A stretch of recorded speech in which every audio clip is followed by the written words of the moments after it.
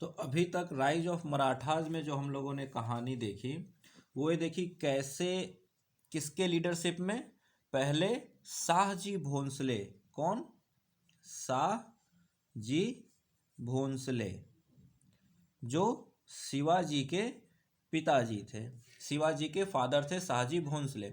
पहले कैसे इनके लीडरशिप में क्या हुआ, मराठे इकट्ठा हुए और इन्होंने जागीरदार थे ये बीजापुर सल्तनत के, पूना के, और वहाँ से इन्होंने मराठों को इकट्ठा करना शुरू किया।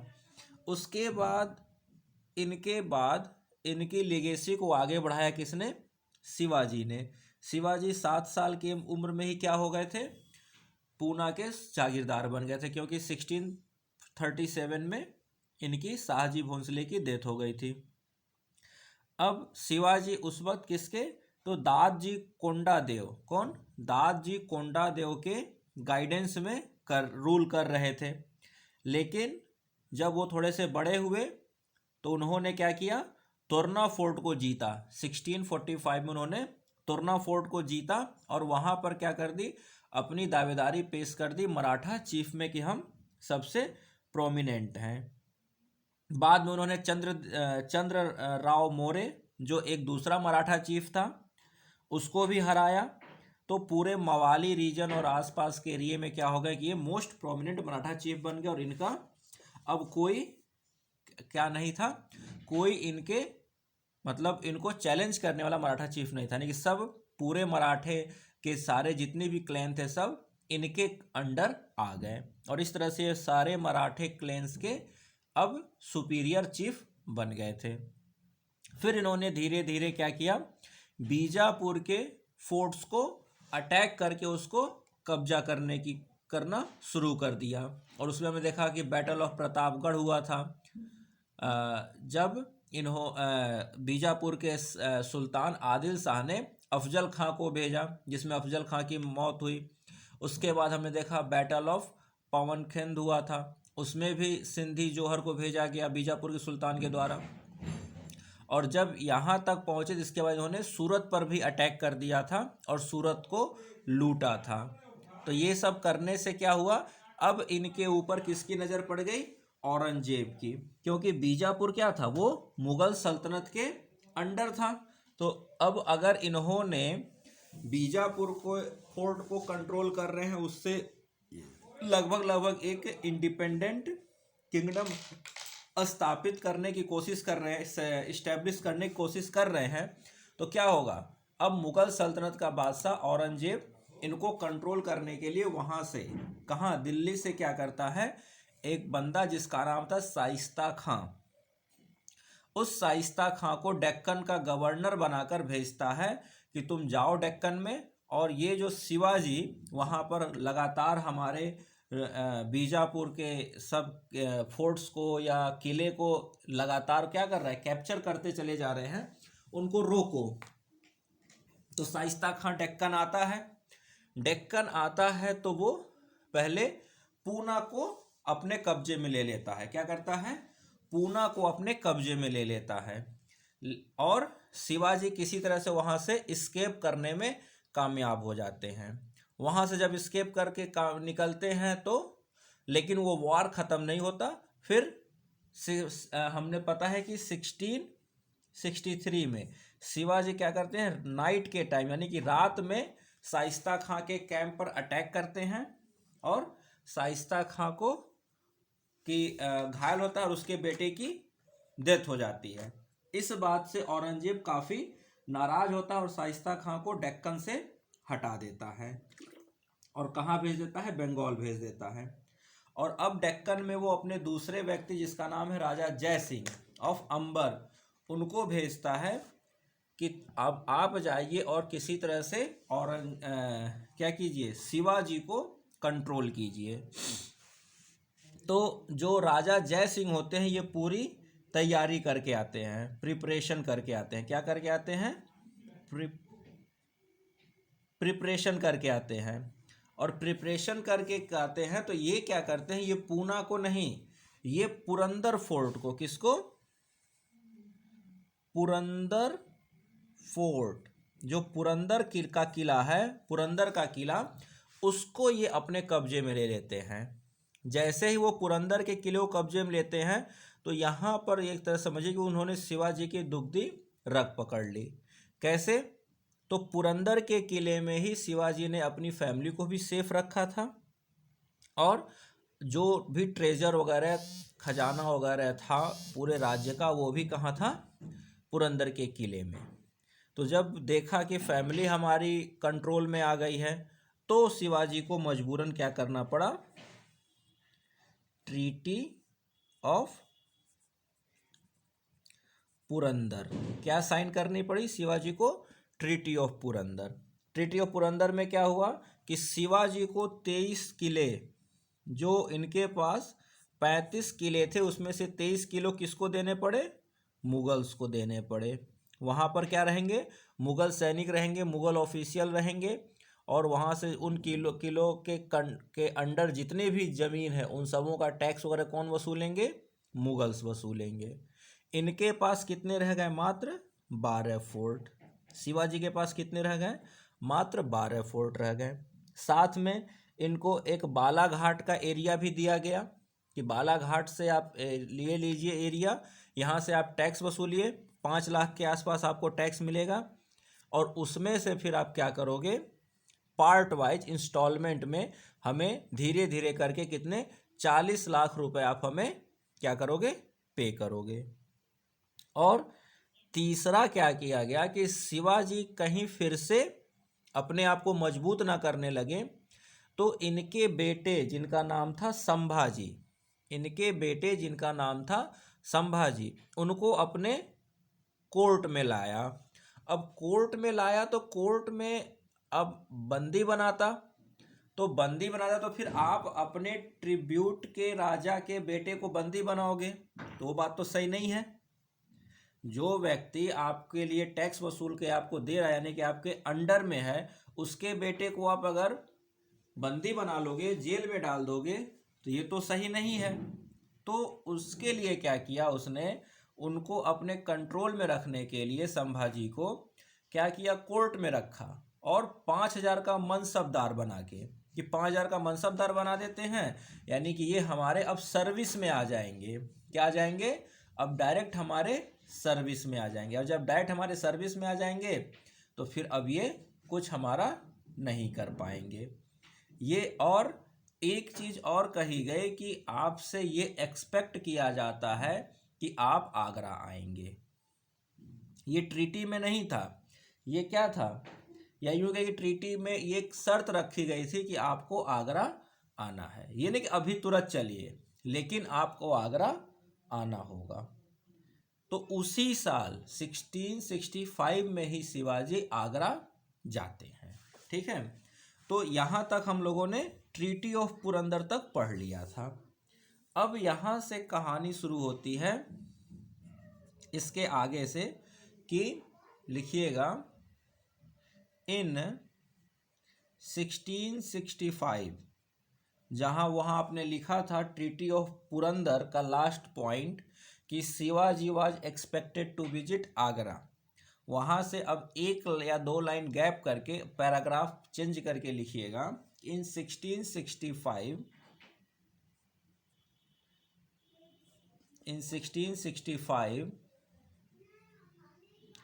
शिवाजी विजिटेड आगरा। ठीक है, इन 1665 Shivaji visited Agra.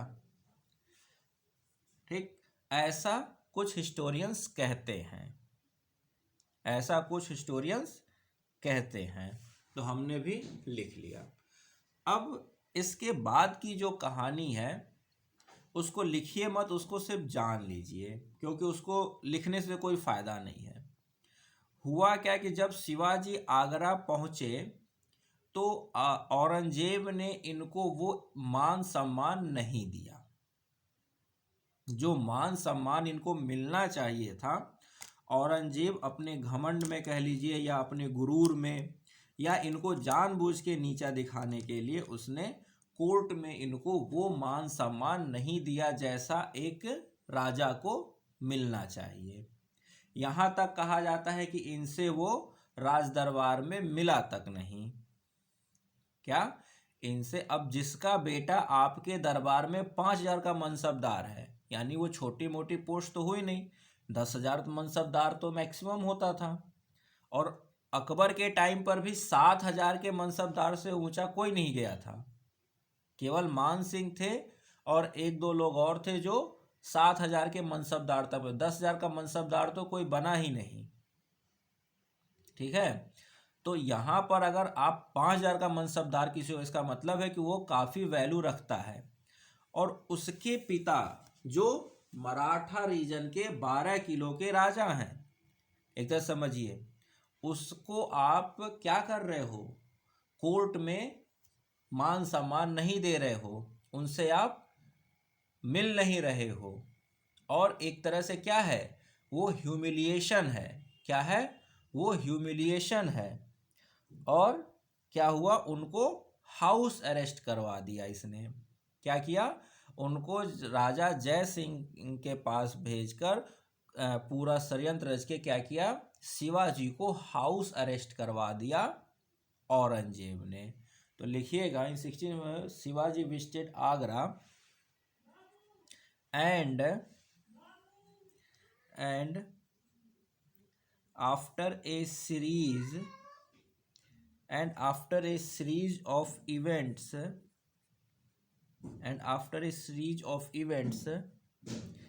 he was put under house arrest. Jail में नहीं डाला। क्या किया? जेल में नहीं डाला, हाउस अरेस्ट। और हाउस अरेस्ट का मतलब आप समझते हो, हाउस अरेस्ट का मतलब होता है कि आपको महल में रखा जाएगा, लेकिन किससे मिलना है, कब कहाँ जाना है, क्या करना, सारी निगरानी रखी जाएगी। कौन आपसे मिलने आ रहा है, वो सब कुछ की पाबंदी क्या करेंगे, मुगल्स रखेंगे आपके ऊपर। आज भी ये हाउस अरेस्ट होता है, पुलिस भी करती है, नज़रबंद कर देती है कि किसी से मिलने नहीं दिया जाता है। मिलने दिया जाएगा तो पहले आप परमिशन लीजिए, तब उसकी चेकिंग होगी, उसके बाद फिर उसको मिलने दिया जाएगा। आपने क्या उनसे बात किया, कहीं आपने कोई रिकॉर्डिंग नहीं भेजी है, सब कुछ चेक होता है। तो यहाँ पर भी यही, तो उस वक्त का अलग था। उस वक्त हाउस अरेस्ट इनको कर दिया किसने, औरंगजेब ने। अब जब ये हाउस अरेस्ट हो गए तो इनको इस बात का अंदाजा लग गया। अब ये वहां से भागने की प्लानिंग करने लगे। ठीक है, अब ये वहां से भागने की, यानी कि वहां से हाउस अरेस्ट से निकलकर भागने की प्लानिंग करने लगे। और उस प्लानिंग में कहा जाता है, अलग अलग कहानियां हैं, लेकिन जो सबसे मान्यतापूर्ण कहानी है कि इन्होंने थोड़ा भेष बदला अपना, और वो जो पालकी उठाने वाले होते हैं, कहार जिनको कहा जाता है, हिंदी में कहार कहा जाता है, या यूं कहिए कि पालकी उठाने वाले। आपने देखा होगा दुल्हन वगैरह को लाने के लिए पालकी यूज होती है, लकड़ी की बनी हुई। तो वो पालकी उठाने वाला बनकर ये वहां से हाउस अरेस्ट से निकल लिए, एस्केप किए। तो यहाँ पर लिख लीजिएगा कॉमा करके, बट ही मैनेज्ड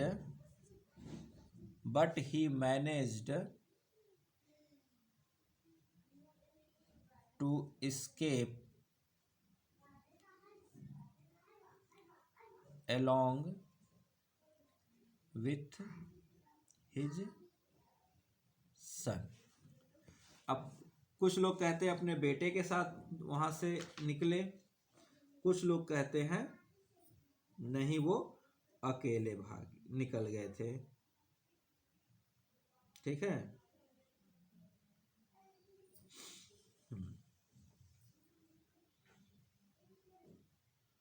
चलिए, तो यहां तक लिख लिया।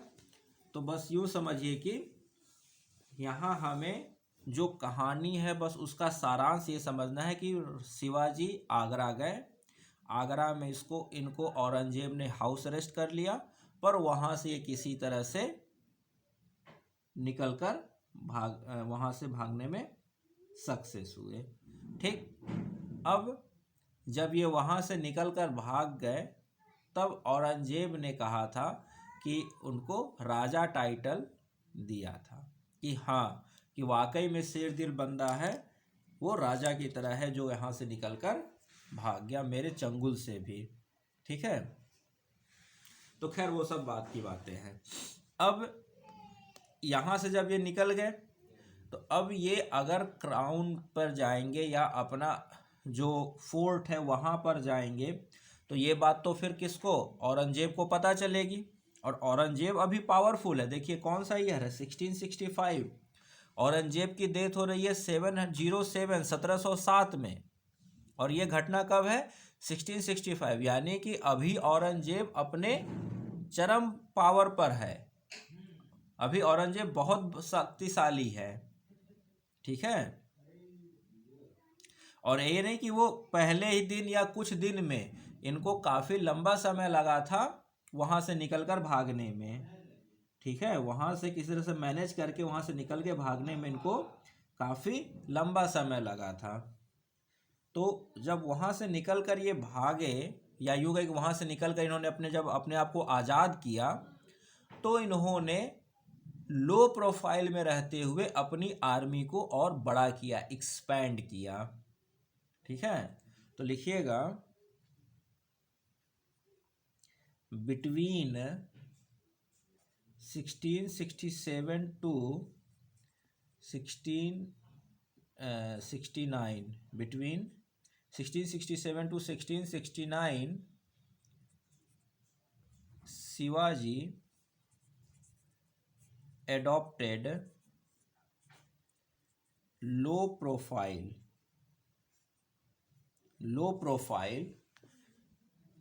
and built his army। इन्होंने लो प्रोफाइल अपने आप को रखा और अंडरग्राउंड रहते हुए, ज़्यादा बिना शोर शराबा किए, बिना किसी पर अटैक किए हुए, तो इन्होंने वही किया कि कहीं पर अभी अटैक करते, किसी किले पर अटैक करते, तो उस पर क्या होता कि ये होता कि हाँ इन्होंने फिर हमारे ऊपर अटैक करना शुरू कर दिया, तो औरंगजेब क्या करता, औरंगजेब फिर से कोई हार्श मेजर लेता, फिर कोई बड़ी सेना भेजता इनके खिलाफ। तो इन्होंने कहा कि नहीं, अभी कहीं अटैक मत करो, चुपचाप अपने अपने ककून में पड़े रहो और अपनी आर्मी को मजबूत करो।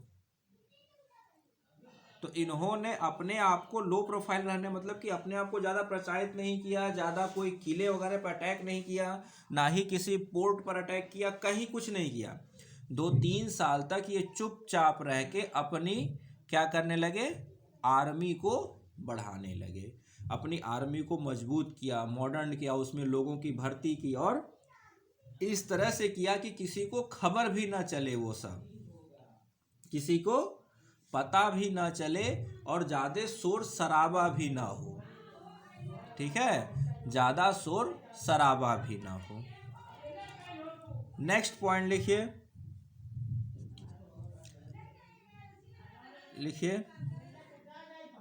इन 1670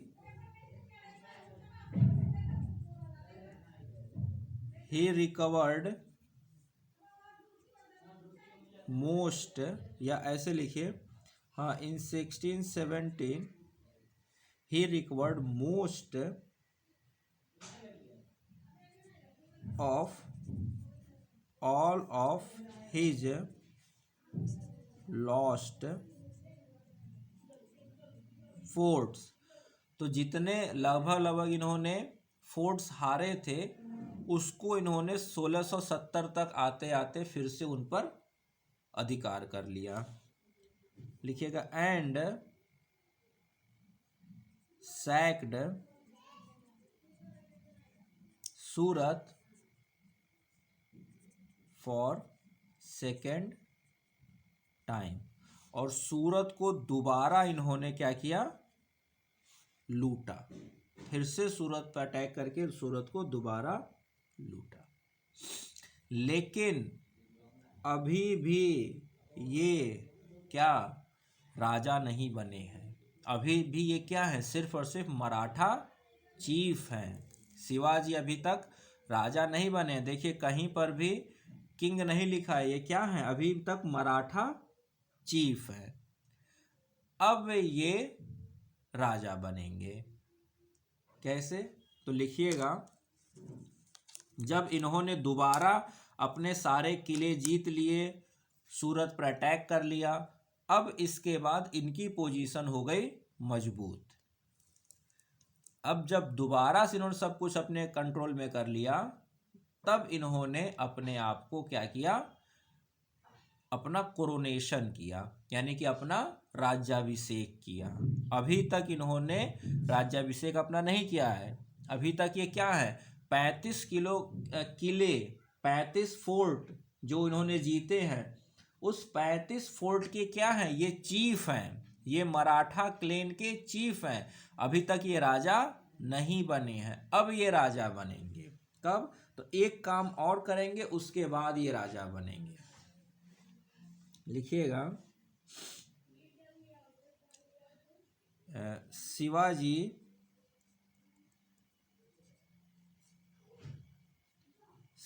defeated Mughals in the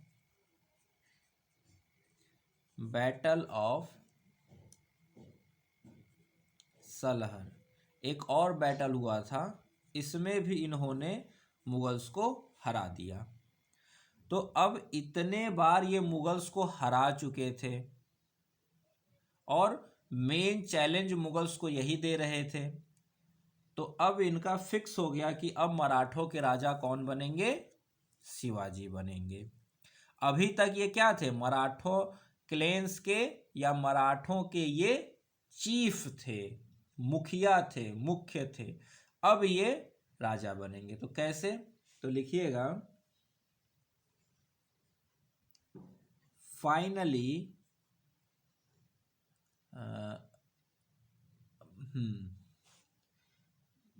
finally लिखिए, फाइनली he was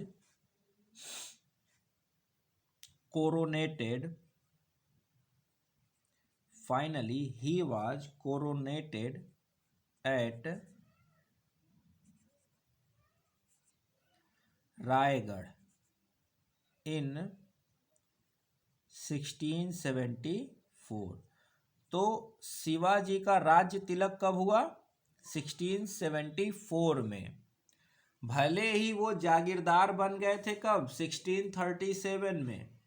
उसके बाद उन्होंने भले ही 35 किलों को अपने कंट्रोल में ले लिया था, लेकिन और अपना एक लगभग इंडिपेंडेंट एरिया, टेरिटरी एक्वायर कर ली थी।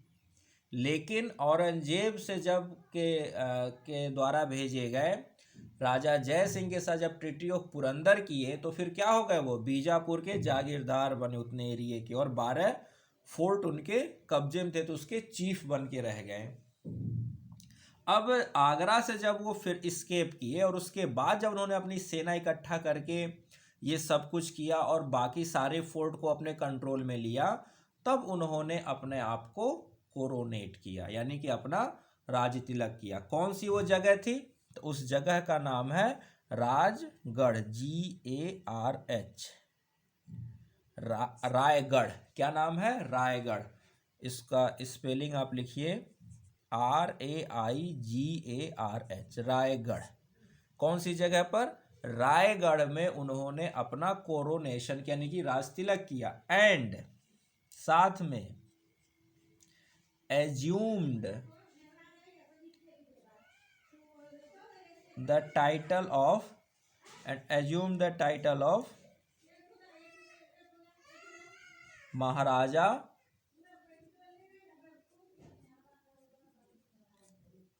छत्रपति।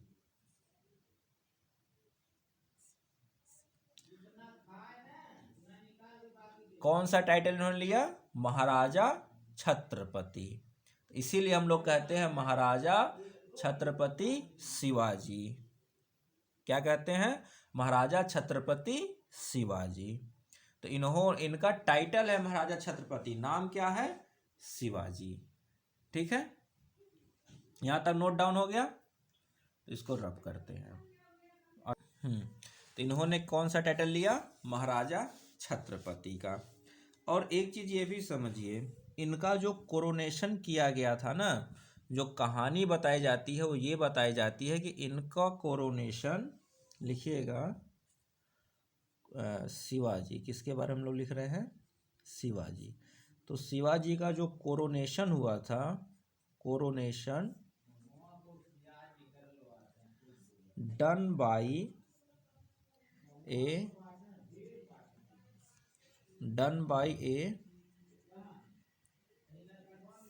ब्राह्मण ऑफ बनारस नेम्ड गंगा भट्ट।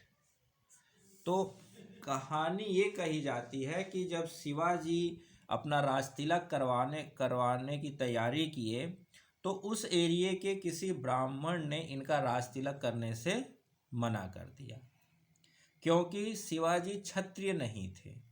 और आज भी मराठा जो हैं ये ओबीसी में ही आते हैं, ये क्षत्रिय में यानी कि जनरल में नहीं आते हैं।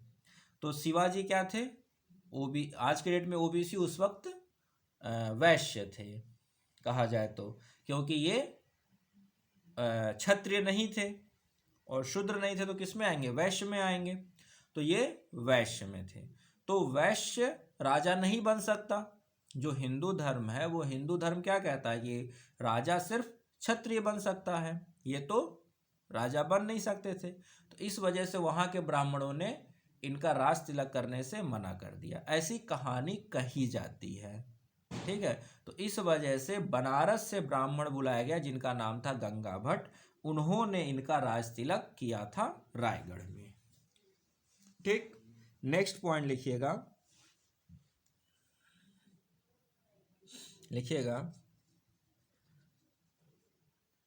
Towards the end of 1676 CE, Shivaji captured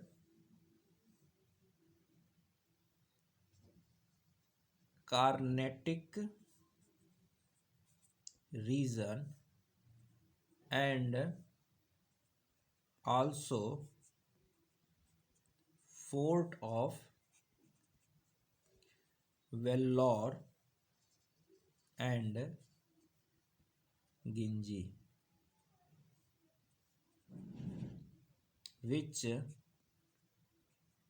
served as the